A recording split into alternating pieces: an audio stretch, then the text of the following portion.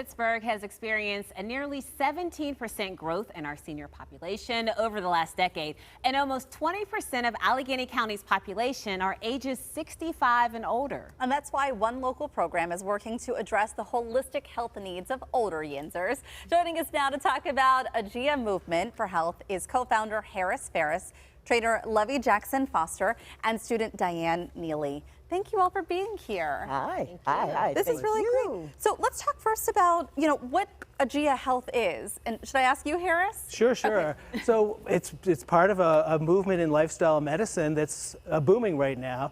But we're approaching health and healing through the body. And as energy psychology is demonstrating more and more, much of our healing can happen through the mind-body connection. So we talk about IGIA as integrating, grounding, intent, and alignment as we move through the practice. That's wonderful. And we're focusing on older population, seniors. I mean, people are living longer nowadays, right? Yes. So there's a real need for programs like this.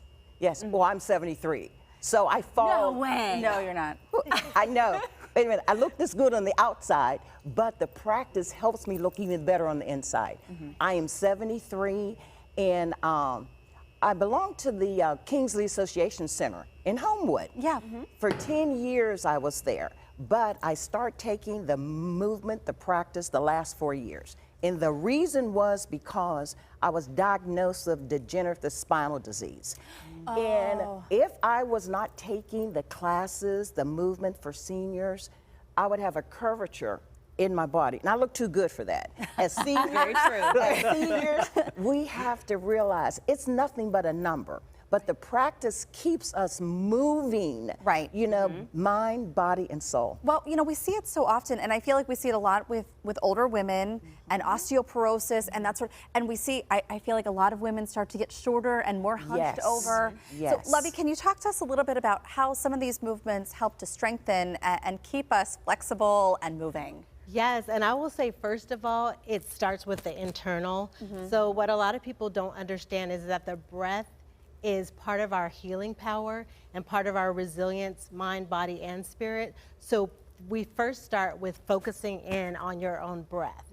And then you lengthen through your spine. You reach out through your arms, you reach up, you're looking out, you're going internal, and then your movements follow. So you're really integrating the grounding, the techniques that bring out that awareness that I am whole, I am healthy, I am strong. So it's also about affirmation. Yes. And when you start with that, then you sort of know, I can do anything. And the beauty is you're accepting your own body. Yes. So while we may say lengthen, strengthen, reach out your arms, it'll look different according to your body, and your needs will be different, but you're learning who you are and accepting and celebrating that through movement and Wow, connection. I love that because it's not just about the physical. I mean, truly, it starts from within. Yes. Everything is that way. So, Yes. Ferris, talk about just the ability that someone would need to have to be able to participate in these activities. I mean, I'm assuming that you could probably sit, you could stand. The practice is done sitting and moving to standing if people are comfortable. Sometimes eyes are closed to help bring in that internal sensation we talk about, moving into your proprioception, sensing yourself from within, and cultivating what we call the parasympathetic nervous system, which is that rest, relax, and recovery. Emotion is energy in motion. And every emotion that you experience, it leaves an imprint on your body somewhere. Whether it's anger, joy, whatever. So this is what we're able to tap into. Well, Diane mentioned where she's been taking the classes, but you guys are also getting ready to expand, right? Yes. That's part of the program. Yeah, we want to.